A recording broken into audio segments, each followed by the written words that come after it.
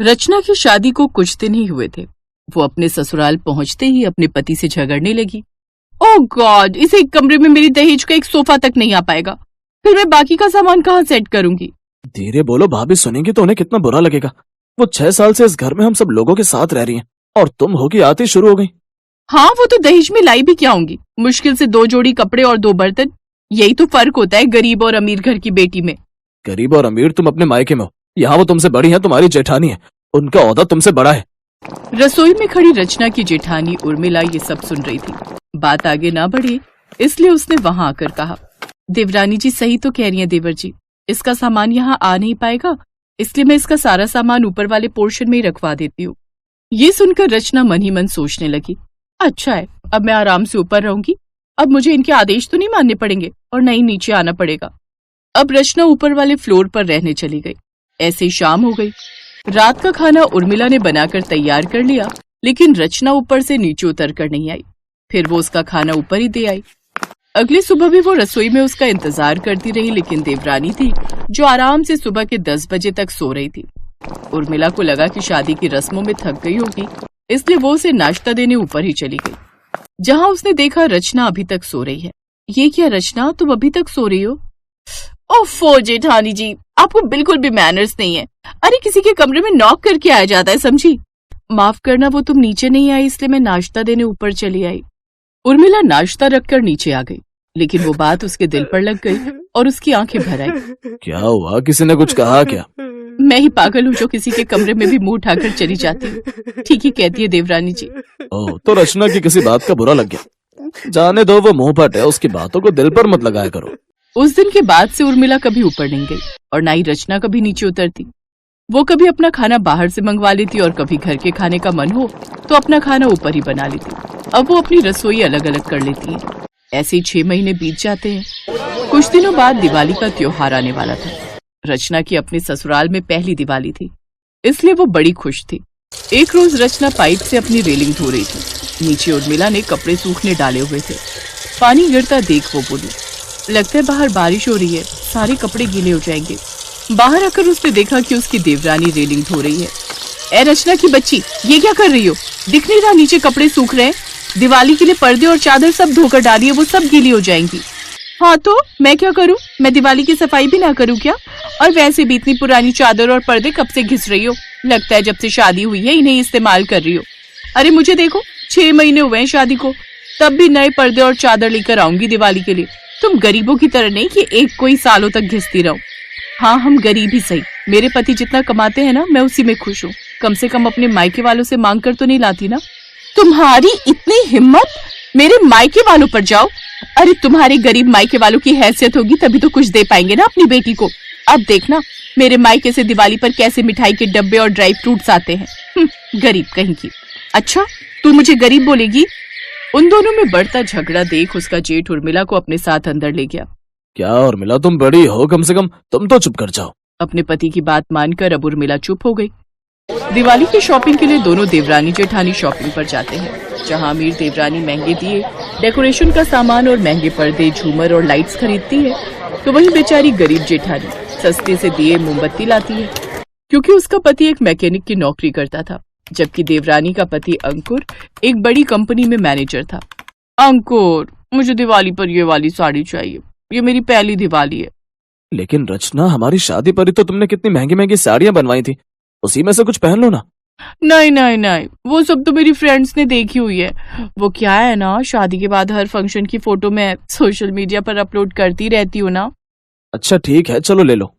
रचना अपने लिए महंगी साड़ी लेकर आती है, साथ ही वो लोगों को देने के लिए महंगे महंगे गिफ्ट और मिठाइयाँ भी लेकर आती है, लेकिन अपनी गरीब जेठानी के लिए वो कुछ नहीं लाती। ऐसे ही दिवाली का दिन पास आने लगता है तो गरीब जेठानी की बेटी अपनी माँ से कहती है, माँ मुझे कुछ नए कपड़े दिलवा दो ना दिवाली पर पहनने के लिए। बेटी तू तो जानती है इस महीने वैसे ही इतना खर्चा है, तेरी फीस भरनी है, तेरे पापा ने जो कर्जा लिया उसका ब्याज भरना है। लेकिन तू परेशान मत हो, मेरा एक दुपट्टा रखा है भारी, मैं उसी की कोई ड्रेस तेरे लिए बनवा दूंगी। उर्मिला अपने दुपट्टे की ड्रेस बनाकर तैयार कर देती है। ऐसे ही दिवाली वाला दिन आ जाता है। अमीर देवरानी अपने फ्लोर की डेकोरेशन के लिए बाहर से इवेंट वाले को हायर करती है और लाइट्स, मोमबत्ती और दिए से सारे फ्लोर को डेकोरेट करती है। तो वहीं नीचे गरीब जेठानी आंगन में लगे फूलों से घर को सजाती है और रोली, हल्दी और आटे से रंगोली बनाती है। जबकि देवरानी ने ससुराल में अपनी पहली दिवाली की खुशी में अपने फ्लोर पर पार्टी रखी होती है, जिसमें तरह तरह के पकवान और खाना होता है। तो वहीं गरीब जेठानी खीर, बताशे और हलवे का भोग माँ लक्ष्मी को लगाती है और उनकी आरती करती है। पिंकी भी अपनी ड्रेस पहनकर तैयार हो जाती है। उसका भी बड़ा मन था ऊपर पार्टी में जाने का, लेकिन रचना ने उनको बुलाया ही नहीं था। पार्टी के बाद देवरानी अपने दोस्तों के साथ पटाखे जलाने छत पर जाती है कि तभी तेज चिंगारी उसकी साड़ी में आकर लगती है। उसकी साड़ी आग पकड़ लेती है और वो जोर जोर से चिल्लाने लगती है। ये तो देवरानी जी की आवाज है। वो सभी ऊपर की तरफ जाते हैं जहाँ उसकी साड़ी में आग लगी होती है। सभी मेहमान डर के मारे दूर खड़े थे। तभी उर्मिला भागते हुए जाती है और पानी की बाल्टी उसके ऊपर डाल देती है, जिससे उसकी आग बुझ जाती है और उसकी जान बच जाती है। अब रचना को अपनी गलती का एहसास होता है। मुझे माफ कर दीजिए जेठानी जी, मैंने आपके साथ कितना गलत किया, लेकिन आज आपने मेरी जान बचाई। हम भले ही ऊपर नीचे रहते हैं, लेकिन हैं तो हम एक ही परिवार ना। और मेरी देवरानी के इस घर में पहली दिवाली है, तो भला मैं उसे कुछ भी कैसे होने दे सकती थी। रचना अपनी जेठानी के गले लग जाती है, जिसके बाद वो सभी गिले शिकवे भूलकर एक साथ मिलकर खुशी खुशी दिवाली मनाते हैं।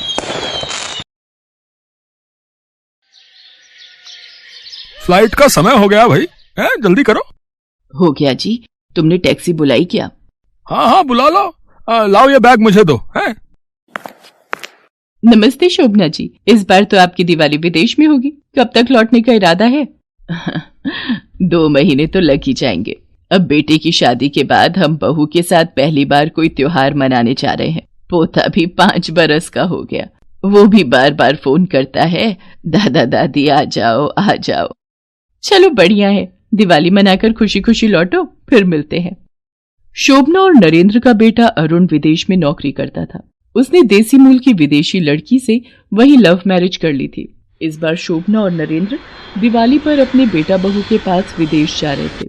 उनके बेटे का प्रमोशन हुआ था, इसलिए उनकी बहू कियारा ने इस बार दिवाली की एक बड़ी पार्टी का आयोजन रखा था।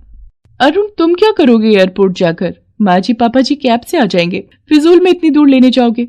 तुम्हें पार्टी के लिए और भी तो अरेंजमेंट्स देखने हैं। ठीक है, मैं पापा को फोन कर देता हूँ। हेलो पापा, आप लोग पहुंच गए तो एक काम करो, मुझे आने में समय लग जाएगा। आप एयरपोर्ट से बाहर निकलोगे तो आपको सामने ही कैब नजर आ जाएगी। आप घर का एड्रेस दे देना, मैंने आपको फोन पर भेज दिया। ओके, तो आराम से आ जाओगे आप। ठीक है बेटा, तुम चिंता मत करो, हम आ जाएंगे। हैं पहली बार शोभना और नरेंद्र विदेश आए थे। बच्चों को वो क्या ही कह सकते थे, इसलिए वो दोनों अपने आप ही किसी तरह घर तक पहुंचते हैं। दादी जी, दादाजी, आपको पता है 2 दिन बाद दिवाली है, बहुत सारे गेस्ट्स आएंगे, मेरे फ्रेंड्स भी आएंगे। वैसे भी बहुत अच्छा है, इसमें हम एक दूसरे के साथ मिलकर बहुत मस्ती करते हैं। दादी, ये सब क्या है?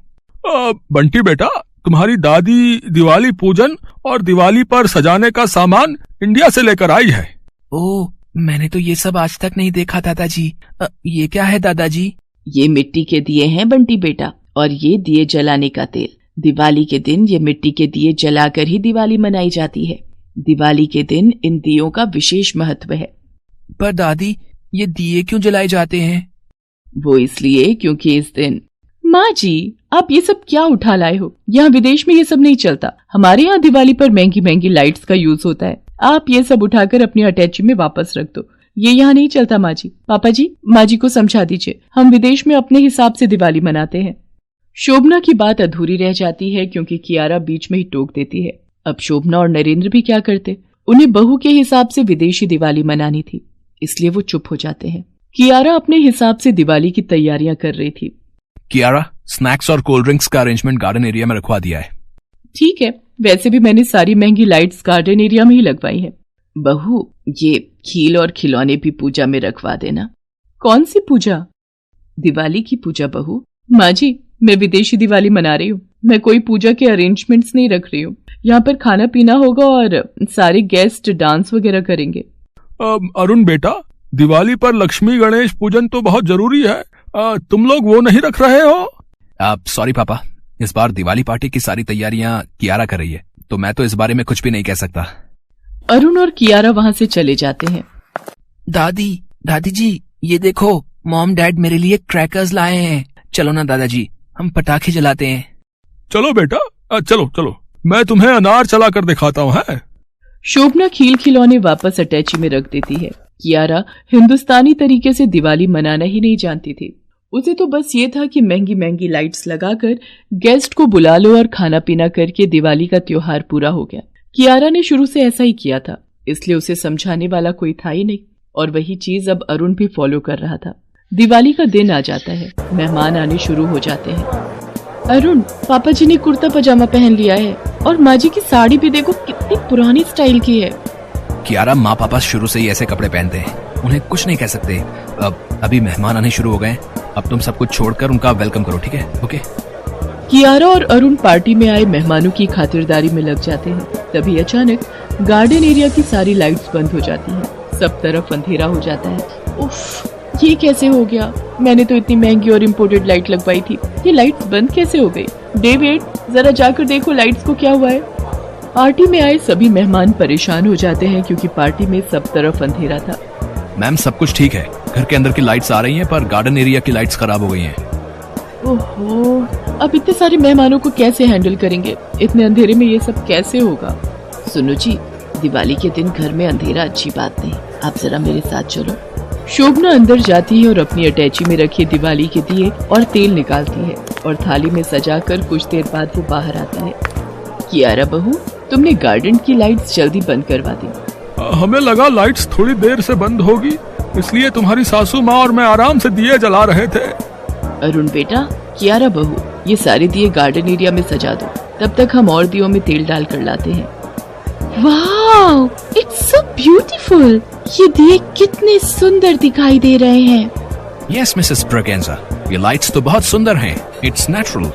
पार्टी में आए सब लोग दियों की सजावट देखकर बहुत खुश होते हैं। कियारा बहुत शर्मिंदा थी, उसने अपनी सास और ससुर के साथ किस तरह से व्यवहार किया था, वो इसी बारे में सोच रही थी।